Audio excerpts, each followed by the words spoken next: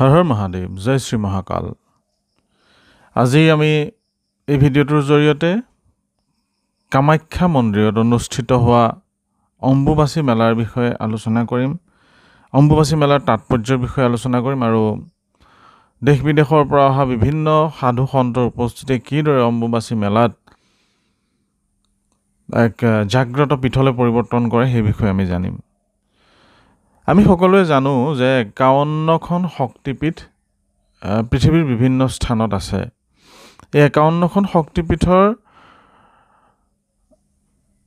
যি সৃষ্টিতত্ত্ব, সেই সৃষ্টিতত্ত্বৰ বিষয়ে আমি প্ৰায় সকলোৱে জানো যে দক্ষ যজ্ঞত সতীৰ দেহত্যাগ কৰাৰ পিছত সতীৰ যি উৱলি যোৱা শৰীৰ দেৱাদিদেৱ মহাদেৱে লৈ নিজৰ কান্ধত লৈ চৰাচৰ ব্ৰহ্মাণ্ড যেতিয়া ভ্ৰমণ কৰি ফুৰিছিল আৰু তেওঁ যেতিয়া সেই সময়ত এক অসন্তুলিত মানসিকতাৰ এজন দেৱতাৰ ৰূপলৈ পৰিৱৰ্তিত হৈছিল নিজৰ পত্নীৰ বিয়োগ দেখি, তেতিয়া পৃথিৱীখন সম্পূৰ্ণৰূপে সৃষ্টিৰ পৰিৱৰ্তে ধ্বংসৰ এক পথলৈ আগবাঢ়ি গৈছিল। তেতিয়া বিভিন্ন দেৱ দেৱতাসকলৰ লগত আলোচনা মৰ্মে ভগৱান বিষ্ণুৱে সুদৰ্শন চক্ৰৰে সতীৰ দেহ খণ্ডিত কৰিছিল আৰু তেওঁ সুদৰ্শন চক্ৰৰে সতীৰ দেহ মৃতদেহ খণ্ডিত কৰাত ৫১টা খণ্ড হৈ পৃথিৱীৰ বিভিন্ন জেগাত পৰিছিল। তাৰে সেই সতীমাৰ যোনিপীঠ আমাৰ কামাখ্যা মন্দিৰত বা সেই জেগাত পৰিছিল য'ত কামাখ্যা মন্দিৰ এতিয়া বৰ্তমান অৱস্থিত হৈ আছে। শাক্তসকলৰ বা তান্ত্ৰিকসকলৰ বা শৈৱসকলৰ অতিকে জাগ্ৰত পীঠ বুলি কোৱা হয় মা কামাখ্যাক। তান্ত্ৰিক পদ্ধতিৰে যিসকলে পূজা অৰ্চনা কৰে বা যিসকল তান্ত্ৰিক, যিসকল বামাচাৰী, যিসকল দক্ষিণাচাৰী, যিসকল কুলাচাৰী, বিভিন্ন আচাৰত যিসকলে তন্ত্ৰ সাধনা কৰে, তেওঁলোকৰ কাৰণে কামাখ্যা মন্দিৰ অতি বেছি গুৰুত্বপূৰ্ণ। আৰু সেয়েহে দেশ বিদেশৰ বিভিন্ন সাধকসকল এই কামাখ্যা মন্দিৰত বিশেষকৈ অম্বুবাচী মেলাৰ সময়ত আহি এক কামাখ্যা মন্দিৰক এক বিশাল গোটেই যি মাটিকালি আছে, এই গোটেই মাটিকালি পৰ্যটকৰ পৰা আৰম্ভ কৰি সাধু সন্তৰ পৰা আৰম্ভ কৰি ভক্তসকলে ভিৰ লাগে আৰু ইয়াকে কয় অম্বুবাচী মেলা। কামাখ্যা তন্ত্ৰত উল্লেখ আছে, নিখিলাসু চ বিদ্যাসু যে সিদ্ধন্তি সাধকা যত্ৰ কুত্ৰাপি কেনাপি কামাখ্যা বৰদায়িনী কামাখ্যা সিদ্ধিদা তেষাং সৰ্ববিদ্যা স্বৰূপিনী কামাখ্যা বিমুখা লোকা নিন্দিতা ভুৱনত্ৰয়ে। অৰ্থাৎ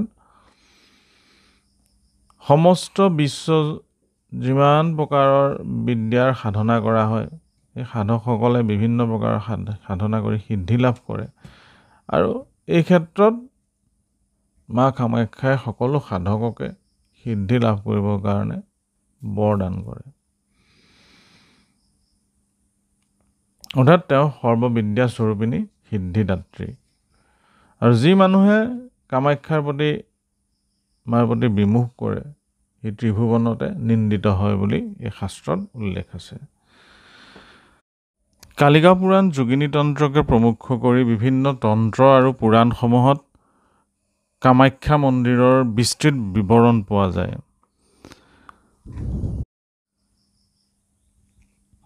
অম্বুবাচী মেলা কামাখ্যাত কোন সময়ৰ পৰা আৰম্ভ হয় জানো আহক। উল্লেখ আছে, যস্মিন বাৰ্ডে ক্ষণে শৈৱ ৰবিৰ মিথুনাগো ভৱেত अस्मिन् बारे क्षणे चैव भवेत् पृथ्वी रजस्वला অৰ্থাৎ যি বাৰত যি ক্ষণত ৰবিৰ মিথুন ৰাশিত সংক্ৰমণ হয় পুনৰাই সপ্তম দিনত সেইবাৰ সেই ক্ষণত অম্বুবাচী কৰা হয় অৰ্থাৎ পৃথিৱীৰ ৰজস্বলা হয় এই অম্বুবাচী মেলা আহাৰ মাহৰ 7 তাৰিখৰ পৰা 10 তাৰিখলৈকে 10 তাৰিখ পৰ্যন্ত চলি থাকে কিন্তু কামাখ্যা মন্দিৰত এই মেলা এদিন আগৰ পৰা অৰ্থাৎ আহাৰ মাহৰ 6 তাৰিখত আৰম্ভ হয় আৰু আহাৰ মাহৰ 11 তাৰিখে শেষ হয় অৰ্থাৎ 5 দিনীয়াকৈ এই মেলা অনুষ্ঠিত হয় সৃষ্টি হ'বলৈ হ'লে প্ৰকৃতি আৰু পুৰুষ দুইটাই প্ৰয়োজন প্ৰকৃতি আৰু পুৰুষৰ মিলনৰ ফলতেই সৃষ্টি হয় জীৱজগতেই হওক বা উভচৰেই হওক বা নভচৰেই হওক বা স্থলচৰেই হওক বা জলচৰেই হওক সকলো সৃষ্টিৰ কাৰণে প্ৰকৃতি আৰু পুৰুষ এই দুই বস্তুৰ মিলনৰ প্ৰাসংগিকতা বিষয়ে আমি জানো এই কথা হ'ল যে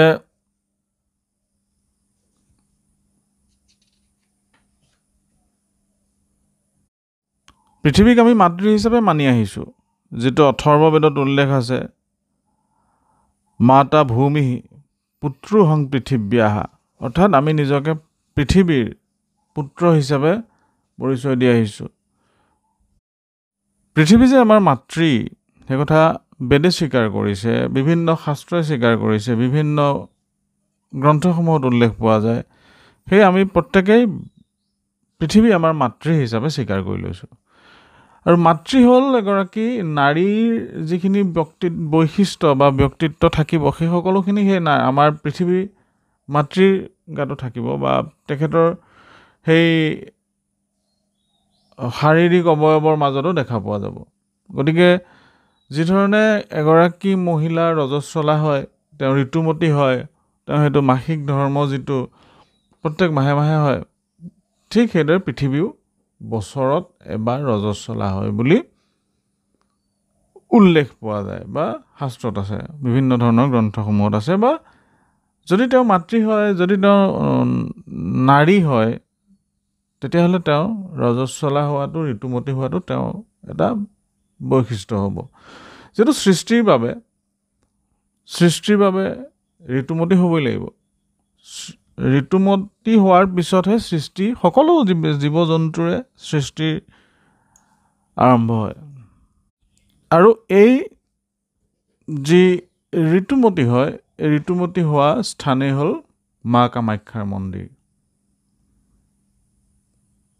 বহু বছৰৰ পৰম্পৰা অনুসৰি বহু হাজাৰ বছৰীয়া হয়তো লাখ বছৰীয়া পৰম্পৰা চলি আহিছে এই অম্বুবাচী মেলা মা ঋতুমতী হোৱা পৰম্পৰা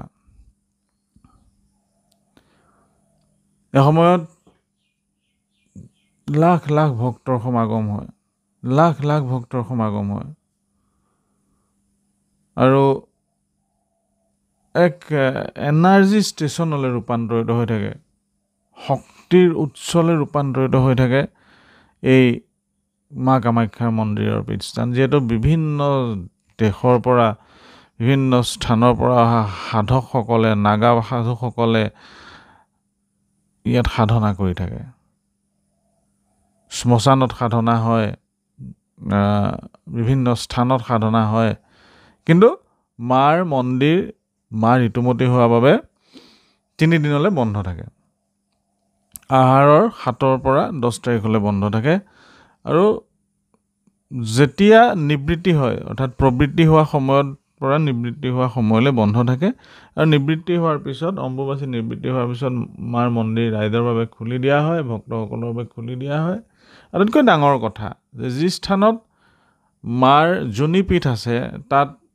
সেই 3 দিনৰ কাৰণে বগা কাপোৰে সেই জুনিপীঠ ঢাকি পেলাই দুৱাৰ সম্পূৰ্ণৰূপে বন্ধ কৰি থৈ দিয়া হয় 3 দিনৰ বাবে বাহিৰৰ পৰা তলা মাৰি থোৱা হয় আৰু নিবৃত্তিৰ সময়ত সেই বগা কাপোৰখিনি ৰঙা হৈ থকা অৱস্থাত পোৱা যায় আৰু সেইখিনি এয়া এক মাৰ মহিমা এই অম্বুবাচীৰ সমসাময়িকভাৱে অসমৰ বিভিন্ন প্ৰান্তত হাট পালন কৰা হয়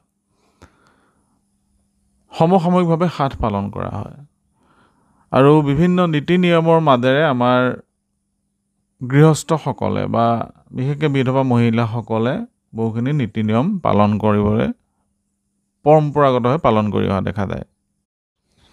এইখিনি সময়ত গছৰ ফল নিচিঙে, খেতি হাল নাবায়, মাটি নাখান্দে, গছ নাকাটে, এনেকুৱা ধৰণৰ যিখিনি বিভিন্ন এই পৰম্পৰা অনুযায়ী যিসকল আমাৰ বিভিন্ন জাতি জনগোষ্ঠীৰ লোকসকলেও বিভিন্ন নীতি নিয়ম এইখিনি সময়ত মানি চলে। যেনে দেউৰীসকল, মিচিংসকল, বড়ো, ৰাভা, চুতীয়া, নেপালী, সোণোৱাল কছাৰী প্ৰত্যেকেই এইখিনি সময়ত আমাৰ চাহ বাগান অধ্যুষিত অঞ্চলবিলাকসমূহত তেওঁলোকে এই ধৰণৰ মাটি খন্দা, গাঁত খন্দা, অৰ্থাৎ পৃথিৱীয়ে কষ্ট পাব পৰা একো কাম নকৰে, যিহেতু এই সময়ত পৃথিৱী ঋতুমতী হয়। আকৌ বিভিন্ন উপাসনা পদ্ধতিৰে উপাসনা কৰা গৃহস্থীসকলে এইখিনি সময়ত তেওঁলোকৰ পূজা পাঠ বন্ধ ৰাখে। কিন্তু বিশেষকৈ দেখিবলৈ পোৱা যায় যে তান্ত্ৰিক মাৰ্গত থকা সকলে এইখিনি সময়ত পূজা পাঠ কৰি থাকে। কামাখ্যা মন্দিৰত সকলো তন্ত্ৰাচাৰ্যসকলে আহি পেলাই যিহেতু তাত পূজা পাঠ কৰি থাকে। যিধৰণে মহিলাসকল ৰজস্বলা হ'লে বা ঋতুমতী হ'লে সেইখিনি সময়ত তেওঁলোকক আৰাম দিয়া হয়, তেওঁলোকক কোনো ধৰণৰ কাম বন কৰিবলৈ দিয়া নহয়, ঠিক সেইধৰণে পৃথিৱীকো এই অম্বুবাচীৰ সময়ত জিৰণি দিয়া হয়, আৰাম দিয়া হয়। 22 তাৰিখ শনিবাৰে, 22 জুন শনিবাৰে ৰাতিপুৱা 8:35 অম্বুবাচী প্ৰবৃত্তি হ'ব, অৰ্থাৎ আৰম্ভ হ'ব।